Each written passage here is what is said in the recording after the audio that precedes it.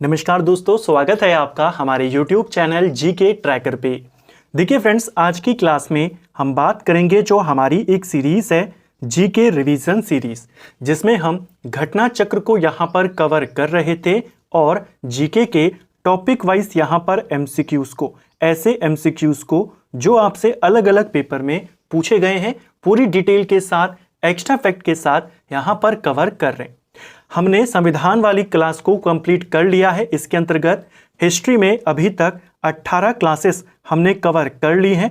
आज हम 19वीं क्लास यहाँ पे कवर करेंगे और आज के वीडियो में हम खिलजी वंश से संबंधित जो क्वेश्चंस थे, दिल्ली सल्तनत की हमारी क्लासेस चल रही थी, तो आज की क्लास में हम खिलजी वंश के बारे में, तुगलक वंश के बारे में और सैयद वंश से जुड़े हुए जो क्वेश्चन पेपर में बने हैं उनको एज इट इज यहाँ पर देखेंगे अतिरिक्त तथ्यों के साथ। अगर आपने इससे पहले की क्लासेस को नहीं देखा है तो आप उनको प्लेलिस्ट में जाके देख सकते हैं। तो चलिए दोस्तों, आज की क्लास को शुरू करते हैं। आज का हमारा पहला क्वेश्चन है, कौन सा सुल्तान नया धर्म चलाना चाहता था किंतु उलेमा लोगों ने उसका विरोध किया था? तो खिलजी वंश के बारे में बात करेंगे। सबसे पहले कुछ बातें इस वंश के बारे में जान लेते हैं, फिर प्रश्नों की शुरुआत करते हैं। खिलजी वंश की स्थापना 1290 में हुई थी और 1320 तक यह वंश शासन करता है। इस वंश का जो संस्थापक था वो जलालुद्दीन फिरोज खिलजी था, जिसका नाम मलिक खिलजी था। पहले जलालुद्दीन फिरोज खिलजी के नाम से वो गद्दी पर बैठा। ठीक है, उसको लेकर सिर्फ एक क्वेश्चन बनता है, 2-3 क्वेश्चन बनते हैं केवल। एक तो वो खिलजी वंश का संस्थापक है, दूसरा सबसे ज्यादा उम्र में सुल्तान बनने वाला शासक है, उसको याद आपने करना है। ठीक है, उसके बाद 1296 में अलाउद्दीन खिलजी शासक बनता है। उसी को लेकर के ये सवाल है कि कौन सा सुल्तान था जो नया धर्म चलाना चाहता था, लेकिन जो उलेमा थे, जो धर्मगुरु थे उस समय, उन्होंने उसका विरोध किया। सही आंसर होगा अलाउद्दीन खिलजी। ऑप्शन बी इसका सही उत्तर है। अलाउद्दीन खिलजी ने कई सारे इंपॉर्टेंट कार्य किए। दो इसके महत्वाकांक्षी कार्य थे। पहला, ये पूरी दुनिया को जीतना चाहता था, खुद को सिकंदर ए सानी कहता था, यानी दूसरा सिकंदर कहता था। पूरी दुनिया जीतना इसका लक्ष्य था। दूसरा, ये एक दूसरा धर्म, यहां पर एक नया धर्म यहां पर चलाना चाहता था। इसका एक खास मित्र था जिसका नाम था अलाउल मुल्क, जिसका नाम पूछा जा सकता है। उसके कहने पर, उसकी सलाह पर इसने अपने इन दोनों विचारों को त्याग दिया था। ठीक है, नेक्स्ट है, दिल्ली के किस सुल्तान ने सिकंदर सानी की मान उपाधि धारण करी थी? तो सिकंदर सानी या दूसरा सिकंदर, द्वितीय सिकंदर, इस उपाधि को भी अलाउद्दीन खिलजी ने धारण किया था। ऑप्शन बी सही उत्तर होगा। जो अलाउद्दीन खिलजी था यह जलालुद्दीन फिरोज खिलजी का भतीजा था। क्वेश्चन बन सकता है। ठीक है, उसका भतीजा भी था और उसका दामाद भी था। इसका असली नाम क्या था? इसका असली नाम पेपर में आया हुआ है, अली गुरशाप इसका असली नाम था अलाउद्दीन खिलजी का। ठीक है, नेक्स्ट है, अलाउद्दीन खिलजी के प्रसिद्ध सेनापतियों में से किसकी मंगोलों के विरुद्ध लड़ते हुए मृत्यु हुई थी? देखिए, अलाउद्दीन खिलजी के शासनकाल में 6 से 7 बार मंगोल आक्रमण होते हैं। क्वेश्चन बनता है, सर्वाधिक मंगोल आक्रमण किसके शासनकाल में हुए? तो आप कहेंगे अलाउद्दीन खिलजी। अलाउद्दीन खिलजी का एक फेमस सेनापति था जफर खान, जो मंगोलों से लड़ता हुआ मारा गया था। ऑप्शन ए सही उत्तर यहां पे होगा। ठीक है, नेक्स्ट है, रानी पद्मिनी का नाम अलाउद्दीन की चित्तौड़ विजय से जोड़ा जाता है। उनके पति का नाम क्या था? अलाउद्दीन ने कई सारी विजय प्राप्त करी थी, उत्तर भारत के अभियान और दक्षिण भारत के अभियान, उनके वर्ष, वहां पर कौन राजा थे, वो सारी बातें पेपर में आती हैं। दिल्ली सल्तनत के मास्टर वीडियो में हमने उन सबको देखा था। देखिए, रानी पद्मिनी का नाम अलाउद्दीन की चित्तौड़ विजय से जुड़ता है। चित्तौड़ विजय अलाउद्दीन ने कब करी थी? 1303 में करी थी। रानी पद्मिनी यानी जो रानी पद्मावती थी। ठीक है, उनके पति का नाम था राणा रतन सिंह। ऑप्शन डी सही उत्तर यहां पे होगा। 1303 में अलाउद्दीन ने चित्तौड़ पर आक्रमण किया। उस समय वहां के राजा राणा रतन सिंह थे और उनकी एक पत्नी जिनका नाम था रानी पद्मावती। ठीक है, इस अभियान का नेतृत्व किसने किया, यानी खुद कौन गया था आक्रमण के लिए? अलाउद्दीन खिलजी गया था। ठीक है, अंततः इस युद्ध में अलाउद्दीन खिलजी की विजय होती है। रानी पद्मावती और वहां की सारी महिलाएं जौहर कर लेती हैं, लेकिन पूरे क्षेत्र को जीत जाता है अलाउद्दीन खिलजी। यहां पर अपने बेटे खिज्र खान को वो राजा बनाता है और इस जगह का नाम बदलकर कर देता है खिजराबाद। क्वेश्चन बनता है कि अलाउद्दीन ने चित्तौड़ का नाम बदलकर क्या कर दिया था, तो खिजराबाद कर दिया था। ठीक है, चित्तौड़ या मेवाड़, ठीक है, इसका नाम बदलकर उसने खिजराबाद किया था। नेक्स्ट है, दो कथन दिए हैं। अलाउद्दीन के दक्षिणी अभियान धन प्राप्ति के अभियान थे, ये सही है। देखते हैं, कारण दिया है यह दक्षिण राज्यों को कब्जे में करना चाहता था। देखिए, अलाउद्दीन खिलजी दक्षिण भारत को जीतने वाला या दक्षिण में विजय प्राप्त करने वाला दिल्ली का पहला सुल्तान था। इसने दक्षिण पर जो अभियान किए वो धन प्राप्ति के लिए किए थे, तो कथन आपका बिल्कुल सही है। कारण जो दिया है कि ये कब्जा करना चाहता था, ये आपका गलत हो जाएगा। इसका मेन उद्देश्य था कि मैं उनको जीत लूं और फिर वो वहां से मुझे टैक्स देते रहें, तो पैसे के लिए वहां पर गया था, ना कि कब्जा करने के लिए। कारण गलत है, कथन आपका सही है। ऑप्शन ए सी यहां पर सही उत्तर होगा। कथन सही है लेकिन कारण गलत दिया है। अलाउद्दीन खिलजी के समय देवगिरी का शासक कौन था? देखिए, अलाउद्दीन खिलजी ने दक्षिण भारत में जब अभियान अपने शुरू किए, पहला आक्रमण जो उसने किया था वो देवगिरी पर किया था। देवगिरी पर अलाउद्दीन के समय में कुल मिलाकर 3 आक्रमण हुए थे। पहला आक्रमण उसने 1296 में कर लिया था, सुल्तान बनने से पहले। यहीं से उसे अपार जो संपत्ति थी वो प्राप्त हुई थी, जिसके बाद उसने अपने ही जो चाचा था, जो उसका ससुर था उस समय, जलालुद्दीन खिलजी, उसकी हत्या करी थी। तो पहला आक्रमण उसने देवगिरी पर 1296 में किया। इसके बाद दूसरी बार उसने देवगिरी पर 1307-8 पर आक्रमण किया था। इसके बाद अंततः देवगिरी पर उसने 1313 में आक्रमण किया। तो पहला आक्रमण भी देवगिरी पर हुआ था और अंतिम आक्रमण दक्षिण भारत में वो भी देवगिरी पर हुआ था। इन 2 आक्रमण के समय में देवगिरी का जो शासक था उनका नाम था रामचंद्र देव। ऑप्शन ए सही उत्तर यहां पे होगा। बाद में जब अंतिम आक्रमण उसने किया, उस समय रामचंद्र देव के पुत्र शंकर देव यहां के शासक थे। उनका नाम यहां पर है नहीं, तो आप रामचंद्र देव को ही टिक करेंगे। शंकर देव या जिन्हें सिंहदेव भी लिखा गया है, वो इस आक्रमण के समय यहां के राजा थे। नेक्स्ट है, सूची 1 को सूची 2 से मिलाना है। एक तरफ अलाउद्दीन खिलजी की विजयों के क्षेत्र हैं, दूसरी तरफ उस समय वहां पर राजा कौन थे उनके नाम दिए हैं। पहला दिया है रणथंबोर। अलाउद्दीन खिलजी ने रणथंबोर पर 1301 पर आक्रमण किया था। 1301 में उसने रणथंबोर को जीता था। उस समय जो यहाँ के राजा थे वो राजा हमीर देव थे। तो पहले का आंसर होगा 3। अलाउद्दीन खिलजी ने उलूग खान, नुसरत खान और बाद में खुद वो यहाँ पर गया था। बेसिकली जो नुसरत खान था वो इस अभियान के दौरान मारा गया था और उसके मारे जाने के बाद अलाउद्दीन खुद रणथंबोर विजय के लिए गया था। ठीक है, क्वेश्चन बन सकता है। इसके बाद उसने चित्तौड़ को जीता। चित्तौड़ उसने 1303 में जीता। यहाँ के राजा कौन थे? राणा रतन सिंह। तो 3 के बाद हो जाएगा 4। ठीक है, इसके बारे में अभी हमने ऊपर बात करी थी। एक क्वेश्चन और यहां पर नोट कर लीजिए, हिंदी में भी पूछा जाता है। जो ये पूरी घटना है चित्तौड़ की कि रानी पद्मावती को लेकर के ये आक्रमण हुआ था, ये सारी घटना पद्मावत नाम की रचना में इनका उल्लेख किया गया है, जिस रचना को 1540 में मलिक मोहम्मद जायसी ने लिखा था। ठीक है, देवगिरी पर उसने आक्रमण किया। 3 आक्रमण मैंने आपको बता दिए। वहां के राजा कौन थे? राजा राय रामचंद्र या रामचंद्र देव। तो 3, 4, उसके बाद होगा 2। गुजरात विजय अलाउद्दीन खिलजी ने कब करी थी? गुजरात के ऊपर अलाउद्दीन ने 1298-99 में आक्रमण किया था। उस समय गुजरात में राय कर्णदेव द्वितीय शासन कर रहे थे। तो 3, 4, 2, 1 यहां पर सही कथन होगा।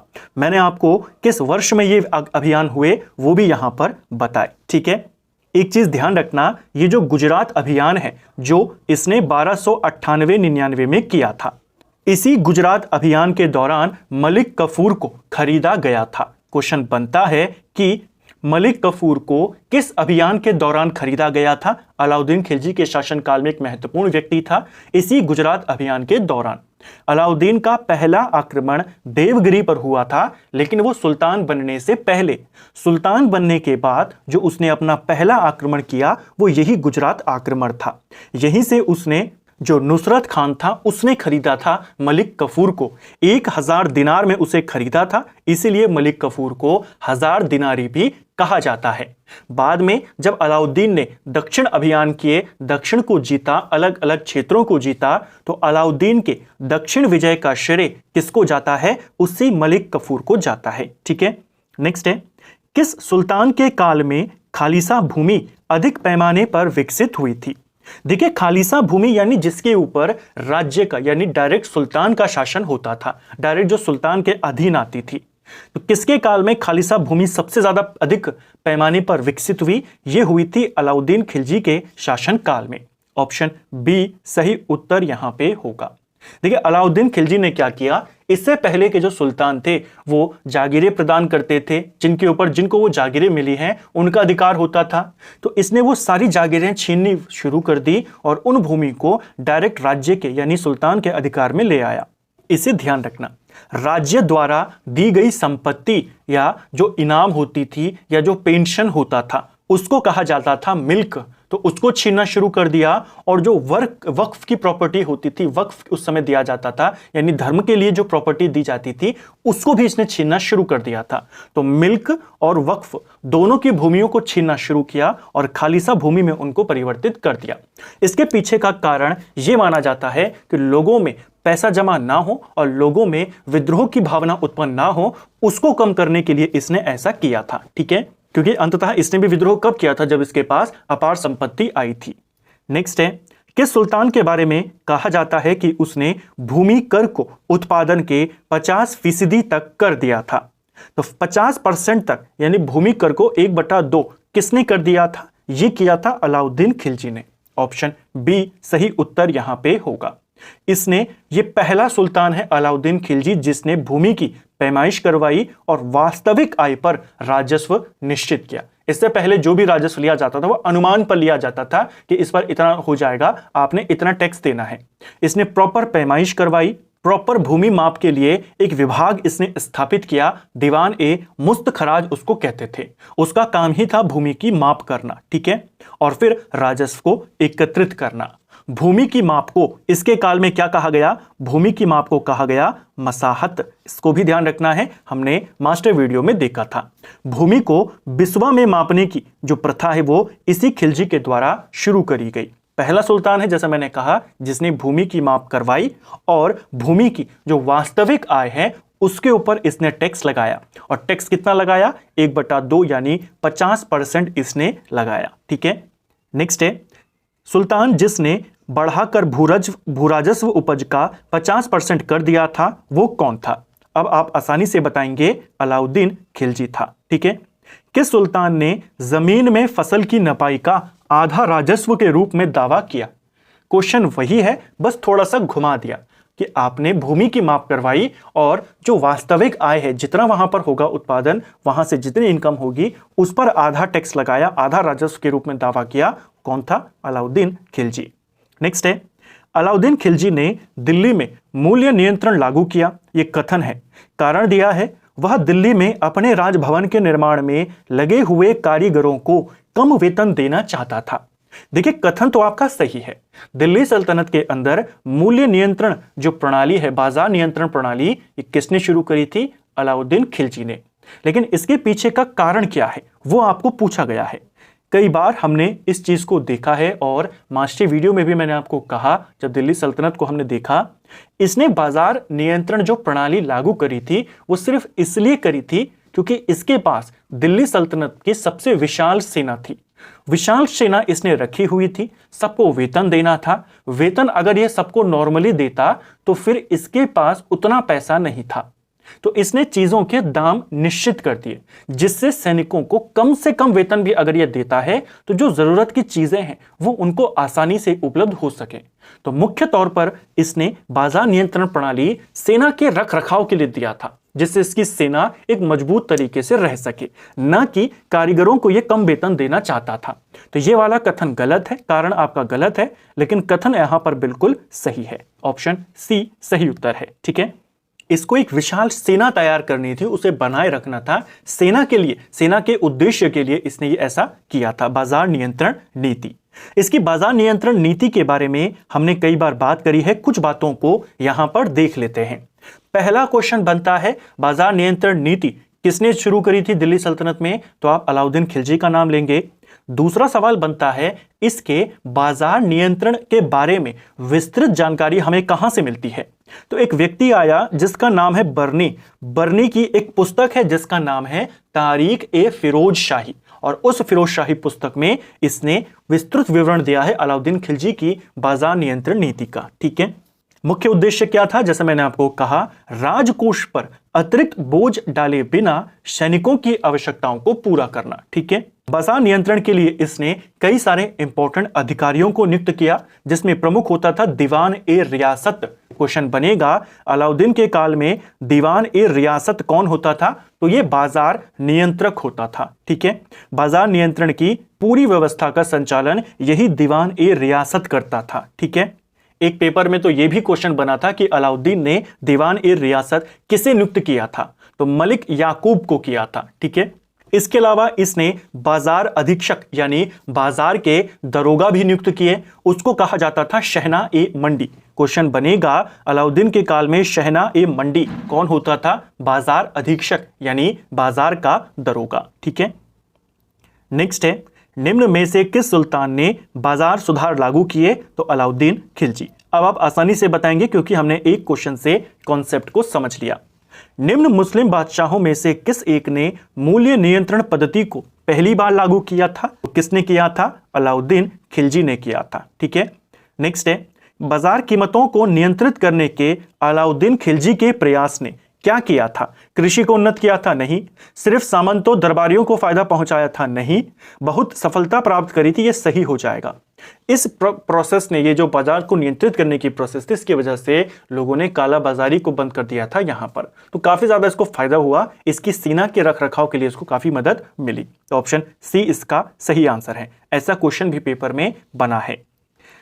निम्न में से किस मध्यकालीन शासक ने सार्वजनिक वितरण प्रणाली प्रारंभ करी थी, यानी जो जरूरतमंद की चीजें हैं वो सबको मिले, ऐसा ना हो कि केवल जो उच्च वर्ग के लोग हैं उन्हीं को मिले। तो सार्वजनिक वितरण प्रणाली ये भी शुरू किसने करी थी, अलाउद्दीन खिलजी ने। उद्देश्य वही है कि सैनिकों की जरूरतें पूरी हो सकें अगर उन्हें न्यूनतम रुपए मिलते हैं वेतन के तौर पर। ठीक है, सल्तनत काल में सार्वजनिक वितरण प्रणाली किसने शुरू करी थी, तो अलाउद्दीन खिलजी ने करी थी। निम्न में से किस सुल्तान ने साम्राज्य की सीमाओं को सुरक्षा के लिए एक विशेष सेना को नियुक्त किया था, तो साम्राज्य की सुरक्षा के लिए किसने बनाई थी सेना, एक बड़ी विशाल सेना बनाई थी अलाउद्दीन खिलजी ने। और किसके विरुद्ध बनाई थी, तो आप जानते हैं इसके काल में मंगोलों के आक्रमण बहुत ज्यादा हो रहे थे। गरी अथवा ग्रह कर लगाने वाला दिल्ली का पहला सुल्तान कौन था, तो ग्रह कर लगाया था किसने, अलाउद्दीन खिलजी ने। अलाउद्दीन खिलजी ने बेसिकली दो नए टैक्स लगाए थे, एक था घरी या ग्रह कर जो घरों पर झोपड़ियों पर लगता था, दूसरा था चराई कर या दुधारू पशुओं पर लगता था। तो घरी कर और चराई कर किसने लगाए, अलाउद्दीन ने लगाए। 1306 के बाद अलाउद्दीन खिलजी के समय में दिल्ली के सुल्तान और मंगोलों के बीच सीमा क्या बनी थी, तो 1306 के बाद इन दोनों के बीच में जो सीमा बनी थी वो रावी नदी बनी थी। ऑप्शन बी सही उत्तर है। निम्न युग्मों में से कौन सही सुमेलित नहीं है, एक तरफ रियासत दी है, दूसरी तरफ उनके शासक। चलिए देखते हैं कौन सा वाला सही सुमेलित यहां पर नहीं है। सबसे पहला दिया है देवगिरी, तो देवगिरी के बारे में मैंने आपको बताया ही है ऊपर, यहां पर रामचंद्र देव भी थे और शंकर देव भी थे, तो शंकर देव दिया है तो ये सही हो जाएगा, इसे गलत नहीं करेंगे। ठीक है, इसने वारंगल को भी जीता था, वारंगल को जीता था, वहां पर रामचंद्र देव नहीं थे, प्रताप रुद्रदेव वहां के राजा थे, क्योंकि रामचंद्र देव तो कहां के थे, देवगिरी के थे। तो सेकंड वाला आपका गलत है और आपको गलत ही यहां पर बताना था। ठीक है, इसने होयसल को भी जीता, वहां पर वीर बल्लाहल का शासन था, मदुरई को भी जीता, वीर पांड्या वहां पर शासन कर रहे थे। ठीक है, अब इसके इन विजयों को देख लेते हैं। देवगिरी के बारे में तो आप जान चुके हैं, ऊपर हम बात कर चुके हैं। वारंगल की बात करें, वारंगल को इसने जीता था 1309-10 में, वारंगल यानी आज का तेलंगाना। इसने यहां पर 1303 में भी आक्रमण किया लेकिन वो असफल रहा। 1309 में इसने दोबारा आक्रमण किया और अंततः 1310 में इसने यहां को जीत लिया था, वारंगल को जीत लिया। यहां के राजा उस समय कौन थे? तो प्रताप रुद्रदेव यहां के राजा थे। ठीक है, इस विजय को लेकर एक फैक्ट याद करना, जैसा गुजरात के दौरान उसने मलिक कफूर को खरीदा, वैसे ही वारंगल विजय के दौरान उसको कोहिनूर हीरा यहां पर प्राप्त हुआ था। क्वेश्चन बनता है, कोहिनूर हीरे का पहला उल्लेख किसके काल में मिलता है? अलाउद्दीन खिलजी के काल में, जब वारंगल विजय के दौरान वह हीरा मलिक कफूर को प्राप्त हुआ और उसने अलाउद्दीन खिलजी को दिया। ठीक है, होयसल की बात करें, होयसल विजय जो उस समय दक्षिण भारत में प्रमुख शासक वंश था, एक होयसल वंश, इनकी राजधानी थी द्वार समुद्र। यहां पर उसने 1310 में आक्रमण किया। यहां के राजा वीर भल्लाल या वीर बल्लभ थे। ठीक है, इसने मदुरई को भी जीता। पांड्य राजधानी थी, पांड्य राजाओं की राजधानी थी। 1311 में यहां पर उसने आक्रमण किया था और वीर पांड्य यहां पर शासन कर रहे थे। देखिए, जो ये मदुरई था दक्षिण भारत के अंतिम छोर पे था। यहां पर बेसिकली दो भाई थे, एक था सुंदर पांड्या और एक था वीर पांड्या। दोनों को लेकर यहां पर गद्दी को लेकर दोनों के बीच में गृह युद्ध जैसा चल रहा था। अंततः जो सुंदर पांड्या था वो अलाउद्दीन खिलजी के साथ मिल गया। अलाउद्दीन खिलजी ने वीर पांड्या के विरुद्ध अभियान किया और मदुरई को जीत लिया। ठीक है, दिल्ली सल्तनत के किस शासक ने अपने आप को खलीफा घोषित कर दिया था? तो किस व्यक्ति ने अपने को खलीफा घोषित किया? कुछ दिन पहले ही हमने देखा था, मुबारक खिलजी। मुबारक खिलजी जो था ये अलाउद्दीन खिलजी का ही पुत्र था। 1316 में ये गद्दी पर बैठा। अलाउद्दीन के तुरंत बाद गद्दी पर नहीं बैठा। अलाउद्दीन के बाद जो तुरंत गद्दी पर बैठा उसका नाम था शहाबुद्दीन उमर।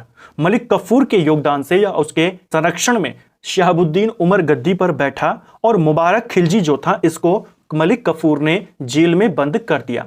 बाद में जैसे तैसे ये जेल से छूटा, इसने मलिक कफूर की हत्या करवाई और खुद दिल्ली का सुल्तान बना और खुद को इसने खलीफा घोषित कर दिया। ठीक है, इसी के बारे में हमने देखा भी था कि यह दरबार में नग्न होकर दौड़ा भी करता था। ठीक है, इसका पूरा नाम था कुतुबुद्दीन मुबारक शाह खिलजी। ठीक है, नेक्स्ट है, अलाउद्दीन खिलजी के निम्न सेना अध्यक्षों में से कौन सा तुगलक वंश का पहला सुल्तान बना था? तो अलाउद्दीन खिलजी ने काफी लंबे समय तक शासन किया था। 1316 में अलाउद्दीन खिलजी की मृत्यु होती है और 1320 में 4 साल के बाद ही खिलजी वंश का अंत हो जाता है। ठीक है, खिलजी साम्राज्य हट जाता है और तुगलक वंश की स्थापना होती है। तो तुगलक वंश की स्थापना भी अलाउद्दीन खिलजी की ही एक सेना अध्यक्ष ने करी थी, जिसका नाम था गाजी मलिक। ऑप्शन ए सही उत्तर होगा। इसी गाजी मलिक ने गयासुद्दीन तुगलक के नाम से गद्दी पर बैठा और तुगलक वंश की स्थापना इसने करी। ठीक है, अलाउद्दीन के शासन काल में भी जब लगातार मंगोलों के आक्रमण होते थे तो उन अभियानों पर भी ये गाजी मलिक जाता था। गाजी उल मलिक के नाम से भी विख्यात था। बाद में गयासुद्दीन तुगलक के नाम से गद्दी पर बैठा। ठीक है, क्वेश्चन बनता है इसका मूल नाम क्या था गयासुद्दीन तुगलक का? तो आप गाजी मलिक यहां पर बताएंगे। ठीक है, दिल्ली का पहला सुल्तान था जिसने गाजी की उपाधि धारण करी थी। गाजी का मतलब होता है काफिरों को मारने वाला। ठीक है, इसको लेकर के एक दो बातें और याद करनी है। सिंचाई हेतु नहरों का निर्माण करने वाला ये दिल्ली का पहला सुल्तान था। ठीक है, गयासुद्दीन तुगलक। नेक्स्ट है, गाजी मलिक किस वंश का संस्थापक था? अब आप आसानी से बताएंगे तुगलक वंश का, क्योंकि यह किस नाम से गद्दी पर बैठा था? गयासुद्दीन तुगलक। ठीक है, कृषि को सन्मुक्त करने के लिए नहर खुदवाने के संदर्भ में 13वीं शताब्दी का निम्नलिखित में पहला शासक होने का श्रेय किसको जाता है? तो कृषि के विकास के लिए नहरें बनाने का श्रेय जो पहला व्यक्ति, देखिए दो क्वेश्चन बनते हैं। पहला बनता है नहरें बनाने का काम किसने किया? सबसे पहले सिंचाई के लिए नहरें किसने बनाई? तो गयासुद्दीन तुगलक। नहरों का जाल किसने बनाया? बड़े स्तर पर नहरें किसने बनाई? तब आप कहेंगे फिरोज शाह तुगलक। ठीक है, तो यहां पर पहला शासक पूछा है गयासुद्दीन तुगलक, इसका सही उत्तर यहां पे होगा। ठीक है, नेक्स्ट है, किस वंश के सुल्तानों ने सबसे अधिक समय तक देश में राज्य किया था? तो दिल्ली सल्तनत के किन वंश ने सबसे ज्यादा समय तक यहां पर शासन किया? हमने इसको भी कवर किया था कि किस वंश ने कितना राज किया था। देखिए, जो खिलजी वंश था इसने शासन किया था 30 साल के लिए। लोधी वंश की बात करें, इसने 76 साल तक शासन किया। दास वंश यानी गुलाम वंश ने 84 साल तक किया और तुगलक वंश ने किया था 94 साल तक। जो एक वंश रह गया वो था सैयद वंश, जिसने 36 सालों तक शासन किया। तो दिल्ली सल्तनत के यही 5 वंश थे। सबसे ज्यादा समय तक किसने राज किया था? तुगलक वंश ने। ठीक है, अगर राजा का नाम पूछे, ये तो वंश है, तो आपने कहा तुगलक वंश ने किया 94 साल तक। अगर राजा का नाम पूछे तो सबसे लंबे समय तक जो राज करता है वो बहलोल लोदी करता है, 37 साल तक। ठीक है। दिल्ली सल्तनत का सर्वाधिक विद्वान शासक जो खगोल शास्त्र, गणित और आयुर्विज्ञान सहित अनेक विद्याओं में माहिर था, वो कौन था? तो जाहिर सी बात है, दिल्ली का सबसे विद्वान शासक किसको माना जाता है? वो मोहम्मद बिन तुगलक को माना जाता है। ऑप्शन सी सही उत्तर होगा। यह दिल्ली का सबसे ज्यादा विद्वान सुल्तान था। 1325 में गद्दी पर बैठता है, 1351 तक रहता है। इसके जो मूल नाम था, इसका मूल नाम पूछा जाता है पेपर में, जूना खान या जौना खान इसका मूल नाम था, और मोहम्मद बिन तुगलक के नाम से यह गद्दी पर बैठा। ठीक है। क्वेश्चन बनता है, जौना खान को मोहम्मद बिन तुगलक नाम किसने दिया था? तो गयासुद्दीन तुगलक ने ही दिया था। बेसिकली 1321 में इसको वारंगल जीतने के लिए, यानी तेलंगाना पर जीतने के लिए भेजा गया। यह असफल रहा। अगले ही साल दोबारा से गया और तब जीत गया, और वारंगल विजय के बाद इसे जौना खान को एमबीटी का नाम दिया गया। यह दिल्ली का सबसे विद्वान शासक था, लेकिन किस राजा को रक्त पिपासु, पागल बादशाह, स्वप्नशील बादशाह, बुद्धिमान मूर्ख शासक कहते हैं? तो वो भी इसी को कहते हैं, मोहम्मद बिन तुगलक को। ठीक है, बुद्धिमान मूर्ख शासक।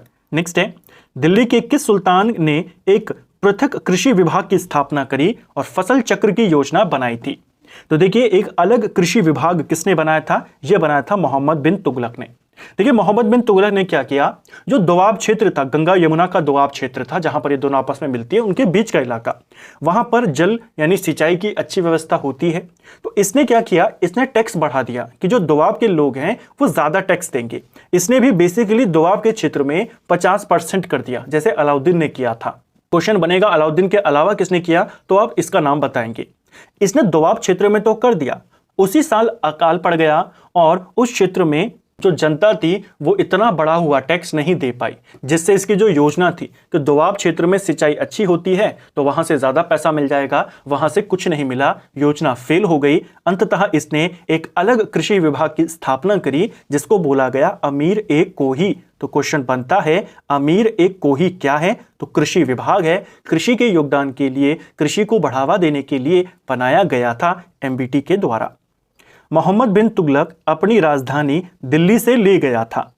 इसने कई सारे ऐसे काम किए जिनका उद्देश्य सही था, लेकिन वो असफल रहे, जिस वजह से इसको मूर्ख शासक कहा जाता है। उन्हीं में से एक काम इसने किया, राजधानी परिवर्तन। 1326 से 1327 के बीच में इसके दिमाग में आया कि क्योंकि इसने दक्षिण की तरफ भी तुगलकों का शासन था, दिल्ली जो था वो उत्तर भारत की साइड में स्थित था, तो इसने सोचा क्यों ना राजधानी एक ऐसी जगह को बनाया जाए जो केंद्र में स्थित हो, जहां से उत्तर भारत और दक्षिण भारत दोनों पर शासन किया जा सके, एक साथ दोनों पर नियंत्रण किया जा सके। तो बीच में पड़ता था दौलताबाद, जिसे देवगिरी कहा जाता था। तो वहां पर इसने राजधानी बनाने की घोषणा कर दी। देवगिरी उस समय उसका नाम था, देवगिरी का नाम बदल दिया, दौलताबाद कर दिया और उसे अपनी राजधानी बना दिया, और जनता को कहा चलो मेरे साथ देवगिरी में या दौलताबाद में। काफी सारी जनता अचानक से जब उन्हें पलायन करना पड़ा तो आधे से ज्यादा जनता रास्ते में ही खत्म हो गई। अंततः इसे अपनी गलती का एहसास हुआ और 1335 में इसी के काल में दिल्ली वापस राजधानी बनाई गई। तो यह योजना भी असफल रही। भारत में सर्वप्रथम सांकेतिक मुद्रा का प्रचलन किसने किया था? इसका एक और इंपॉर्टेंट कार्य जो पूछा जाता है, सांकेतिक मुद्रा इसने 1330 में चलाई थी। किसने चलाई थी? एमबीटी ने चलाई थी। बेसिकली उस समय हुआ ये कि इंडिया समेत पूरी दुनिया में चांदी की काफी ज्यादा कमी हो गई, तो इसने एक सांकेतिक मुद्रा यानी किसी भी एक छोटे से धातु की मुद्रा, कांसे की मुद्रा बना दी और कहा मान लो ये चांदी की मुद्रा है, उसका मूल्य उतना ही होगा, सांकेतिक मान लिया। तो तांबे कांसे के सिक्के चलाने शुरू कर दिए, और तांबा कांसा उस समय ऐसा होता था कि आसानी से उपलब्ध हो जाता था, तो लोगों ने घरों में ही वो सिक्के छापने शुरू कर दिए, जिससे पूरे खजाना क्या हो गया, जो बचा कुचा भी था चांदी वो भी चला गया, सारा का सारा नकली सामान, नकली मुद्राएं वहां पर आ गई। तो ये योजना भी फेल हो गई। सांकेतिक मुद्रा किसने चलाई थी? इसी ने चलाई थी। इसकी मुद्रा को लेकर एक चीज ध्यान रखना, एक क्वेश्चन बनता है, किस सुल्तान ने अपनी मुद्राओं पर अल सुल्तान जिले अल्लाह यानी जिले इलाही की उपाधि जो सिक्कों पर अंकित करवाई। देखिए, जिले इलाही की उपाधि बलबन ने धारण करी थी, लेकिन अपने सिक्कों पर जिले अल्लाह यानी सुल्तान ईश्वर की छाया है, जिले इलाही कौन अंकित करवाता था? वो एमबीटी था। ठीक है, धारण करने में बलबन और सिक्कों पर लिखवाने में एमबीटी। मोहम्मद बिन तुगलक के हम सांकेतिक मुद्रा की बात कर रहे हैं, तो इसको लेकर एक क्वेश्चन और यहां पर याद कर लेना। मोहम्मद बिन तुगलक को धनवानों का युवराज कहा जाता है। क्वेश्चन बना है पेपर में, प्रिंस ऑफ मनियर्स यानी पैसे वालों का युवराज किसको कहते हैं? इसी को कहते हैं।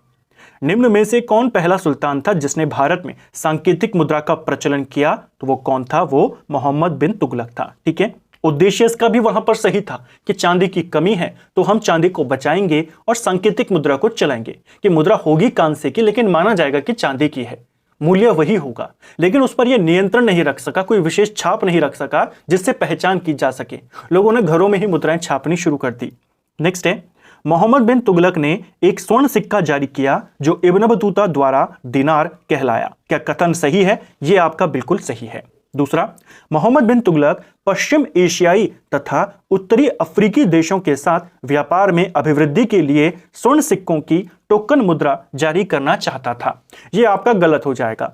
मोहम्मद बिन तुगलक ने स्वर्ण सिक्का जारी जरूर किया था, इब्न बतूता ने उसे दिनार भी कहा था, लेकिन जो इसने सांकेतिक मुद्रा चलाई थी वो व्यापार के लिए नहीं चलाई थी। चांदी की कमी थी और सेना को मजबूत करने के लिए, सेना को मजबूत रखने के लिए ही इसने टोकन मुद्रा को चलाया था, ताकि चांदी का और जगहों पर इस्तेमाल हो सके। ठीक है, तो कारण गलत है, व्यापार में इसकी कोई रुचि नहीं थी। तो कथन यहां पर सही है, लेकिन कारण गलत है।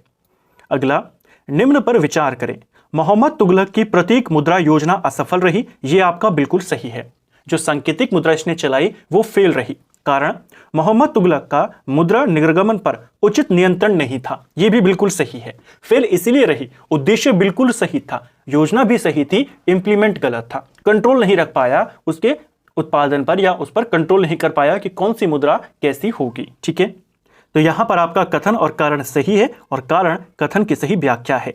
मध्यकालीन यात्री व लेखक इब्न बतूता किस देश का निवासी था? इब्न बतूता की बात करें, 1333 में यह दिल्ली में आता है, 1347 तक यहां पर रहता है। इसी के काल में, मोहम्मद बिन तुगलक के काल में आया था। अफ्रीकी देश मोरक्को से आया था। ऑप्शन बी सही उत्तर यहां पे होगा। कहां से आया था मोहम्मद बिन तुगलक? आप कहेंगे अफ्रीका। कौन से देश से आया था? आप कहेंगे मोरक्को। इसका जो यात्रा वृतांत है, इसका यात्रा वृतांत रहला के नाम से है, यह भी पूछा जाता है। ठीक है, जो मोहम्मद बिन तुगलक है उसने इस इब्न बतूता को दिल्ली का काजी यानी न्यायाधीश नियुक्त किया था। नेक्स्ट है, इब्न बतूता भारत में किसके काल में आया? तो मोहम्मद बिन तुगलक के काल में 1333 में आया। 1342 में एमबीटी ने इसे अपना राजदूत बनाकर चाइना भी भेजा था। जिसने दिल्ली सल्तनत में डाक व्यवस्था का विस्तृत विवरण किया है। किसने किया है? इसी इब्न बतूता ने किया है अपने यात्रा वृतांत रहला में। होली त्योहार के सार्वजनिक उत्सव में भाग लेने वाला दिल्ली का पहला सुल्तान कौन था? तो दिल्ली का पहला सुल्तान जो हिंदुओं के त्यौहार खासकर होली में भाग लेता था वो भी मोहम्मद बिन तुगलक था। इसको भी हमने कई बार देखा है। दिल्ली के किस सुल्तान या मुस्लिम शासक के निधन पर एक इतिहासकार ने कहा, राजा को प्रजा से मुक्ति मिली और उन्हें राजा से, यानी राजा को प्रजा से मुक्ति मिली और प्रजा को राजा से मुक्ति मिली। ये किसके बारे में कहा गया और किसने कहा? ये दो बातें बनती हैं।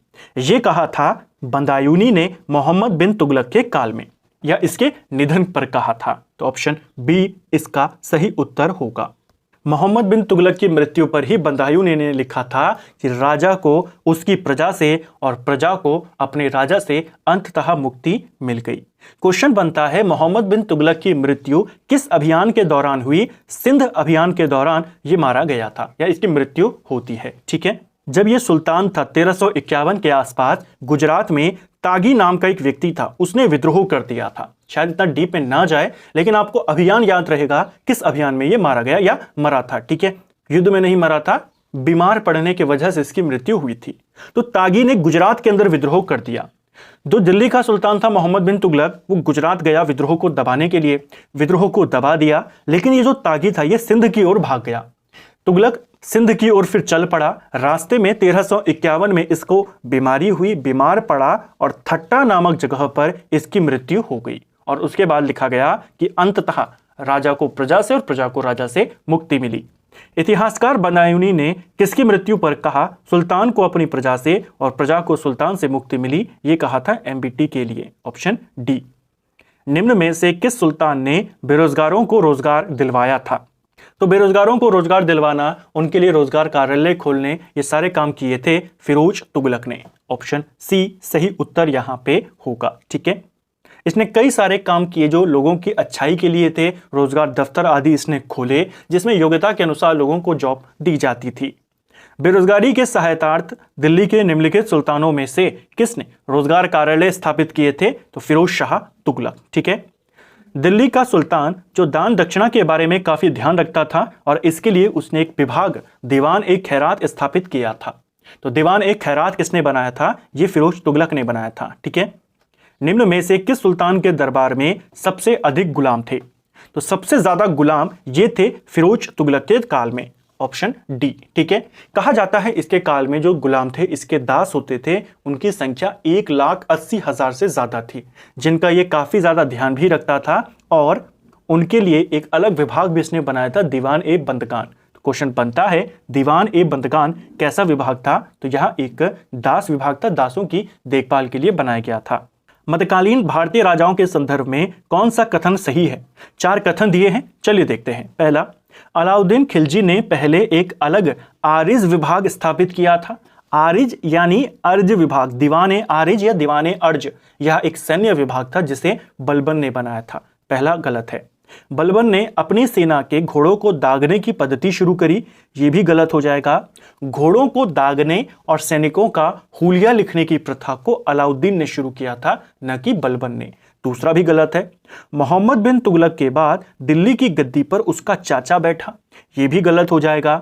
जो फिरोज शाह तुगलक था वो मोहम्मद बिन तुगलक का चचेरा भाई था, यानी चाचा नहीं था, चाचा का लड़का था। तो सी वाला कथन भी आपका गलत है। फिरोज तुगलक ने गुलामों का एक अलग विभाग बनाया था, आपका बिल्कुल सही है, बंदगान, दीवान ए बंदगान जिसको कहते थे। सर्वप्रथम लोक निर्माण विभाग की स्थापना किसने करी? यानी पीडब्ल्यूडी विभाग, ये भी बनाया था किसने? फिरोज शाह तुगलक। ठीक है, फिरोज शाह तुगलक ने अपने काल में पीडब्ल्यूडी विभाग बनाया। 300 से ज्यादा शहरों नगरों को बसाने का श्रेय भी इसको जाता है, जिनके नाम में प्रमुख तौर पर फतेहाबाद आता है, फिरोजपुर, जौनपुर, फिरोजाबाद, ये सारे नाम आते हैं। जौनपुर की स्थापना इसने किसकी याद में करी? ये क्वेश्चन बनता है। तो एमबीटी का मूल नाम क्या था? जौना खान, उसी के नाम पर इसने जौनपुर बसाया था। दिल्ली की किस सुल्तान ने सबसे ज्यादा नहरों का निर्माण किया? तो सबसे ज्यादा नहरें बनाई थी फिरोज शाह तुगलक।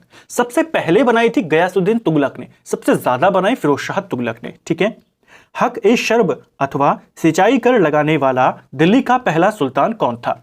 इसने नहरों का जाल बिछा दिया। उन नहरों का इस्तेमाल अगर आप सिंचाई के लिए करते हैं तो आपको टैक्स देना पड़ेगा, जिसे हक ए शर्ब कहा गया, जो एक प्रकार का सिंचाई कर था और इसे फिरोज तुगलक ने लगाया था, ऑप्शन डी। दिल्ली के किस सुल्तान ने ब्राह्मणों पर भी जजिया लगाया था? देखिए, भारत में जजिया कर सबसे पहले किसने लगाया था? तो आप सभी जानते हैं मोहम्मद बिन कासिम ने लगाया था। ठीक है, लेकिन जब मोहम्मद बिन कासिम ने लगाया तो कुछ लोगों को उसमें शामिल नहीं किया था, जैसे विकलांगों को नहीं किया था, जो गरीब थे उनको नहीं किया, ब्राह्मणों को भी शामिल नहीं किया। ब्राह्मणों पर सबसे पहले जजिया कर किसने लगाया था? फिरोज तुगलक ने लगाया था, ऑप्शन बी सही उत्तर होगा। जजिया एक प्रकार का धार्मिक कर होता था जो गैर मुस्लिमों से लिया जाता था। ठीक है, तो मोहम्मद बिन कासिम ने भी लगाया, लेकिन ब्राह्मणों को उससे बाहर रखा। सबसे पहले ब्राह्मणों पर किसने लगाया? फिरोज शाह तुगलक। जजिया कर को लेकर के भी कुछ बातें बनती हैं जो पूछी जाती हैं, जैसे अकबर ने जजिया कर 1564 में समाप्त कर दिया था। फिर लगभग 100 साल से ज्यादा के समय के बाद 1679 में औरंगजेब ने दोबारा से जजिया को शुरू कर दिया और एक रियासत थी उस समय मेवाड़, जिसे उसने इससे मुक्त रखा था। ठीक है, यानी वहां पर लागू नहीं किया, बाकी दोबारा शुरू कर दिया जजिया। फिर 1713 में फर्रुखसियार राजा बना, उसने जजिया को रोक दिया, फिर से रोक लगा दी। 1717 में 4 साल बाद खुद ही दोबारा से शुरू कर दिया। जजिया कर पर अंततः जो मोहम्मद शाह रंगीला था, मुगल शासक, उसने रोक लगाई थी। ठीक है, टोपरा और मेरठ से 2 अशोक स्तंभ लेख दिल्ली कौन लाया था? तो अशोक के 2 स्तंभ लेख, एक टोपरा से जो आपके अंबाला में पड़ता है और दूसरा मेरठ से, तो इन 2 जगहों से अशोक के स्तंभ लेख दिल्ली लाया था फिरोज शाह तुगलक। निम्न में से किस सुल्तान ने फलों की गुणवत्ता सुधारने के लिए उपाय किए थे? तो फलों की गुणवत्ता सुधारने के लिए कई सारे बागान स्थापित किए थे और इसका नाम था फिरोज तुगलक, ऑप्शन बी। दिल्ली का कौन सा सुल्तान अशोक स्तंभ को दिल्ली लाया था? तो कौन लेकर आया था? 2 लाया था, टोपरा का 1 लाया था, मेरठ से लाया था फिरोज शाह तुगलक। दिल्ली के किस सुल्तान ने इस उद्देश्य से एक अनुवाद विभाग की स्थापना करी कि उससे दोनों संप्रदायों के लोगों में एक दूसरे की विचारों की समझ बेहतर हो सके? सिंपल सा क्वेश्चन है, अनुवाद विभाग किसने बनाया था? यह भी फिरोज शाह तुगलक ने बनाया था। फिरोज शाह तुगलक द्वारा स्थापित दार उल शफा क्या था? तो फिरोज शाह तुगलक ने न सिर्फ कई सारे शहर बनाए, इसने कई सारे अलग विभाग भी बनाए थे, जिसमें दीवान ए बंदगान था दासों की देखरेख के लिए।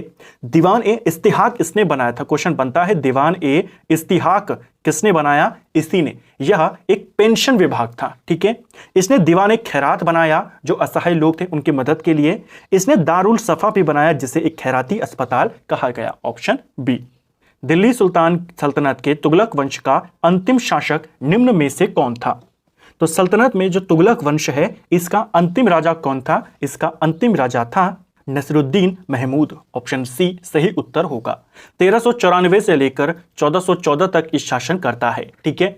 हालांकि इसके शासनकाल में जो तुगलक साम्राज्य था, जो दिल्ली सल्तनत थी, वो बहुत छोटी से होकर रह गई थी, बहुत सीमित हो गई थी, क्योंकि कई सारे राज्य स्वतंत्र हो गए थे। बहमनी साम्राज्य हो गया, आपका विजयनगर साम्राज्य हो गया, काफी ज्यादा आजाद हो गए थे। इसी नसरुद्दीन के काल में तैमूर लंग ने भारत पर आक्रमण किया था, ठीक है। तैमूर लंग ने किस वर्ष भारत पर आक्रमण किया? इसका आक्रमण हुआ था 17 दिसंबर 1398 को, ऑप्शन बी। तैमूर के बाद भारत में किस वंश का राज्य स्थापित हुआ? तो तैमूर के बाद भारत पर किस वंश का यहां पर स्थापना होती है? यह होती है सैयद वंश की। देखिए, तैमूर का आक्रमण 1398 में हुआ, सैयद वंश की स्थापना 1414 में होती है। बेसिकली हुआ ये, तैमूर लंग ने जब यहां पर आक्रमण किया, कुछ क्षेत्रों को जीत लिया और वहां का अपना सूबेदार नियुक्त कर दिया खिज्र खान को, ठीक है। और दिल्ली में शासन कर ही रहा था तुगलक वंश। जब 1414 में नसरुद्दीन महमूद की मृत्यु होती है, जो खिज्र खान था वो दिल्ली पर कब्जा कर लेता है और नए वंश की स्थापना कर देता है। तो सैयद वंश 1414 में बना। इसके बारे में भी कुछ सवालों को देख लेते हैं। सैयद वंश को लेकर के 2-3 बातें यहां पर ध्यान रखना।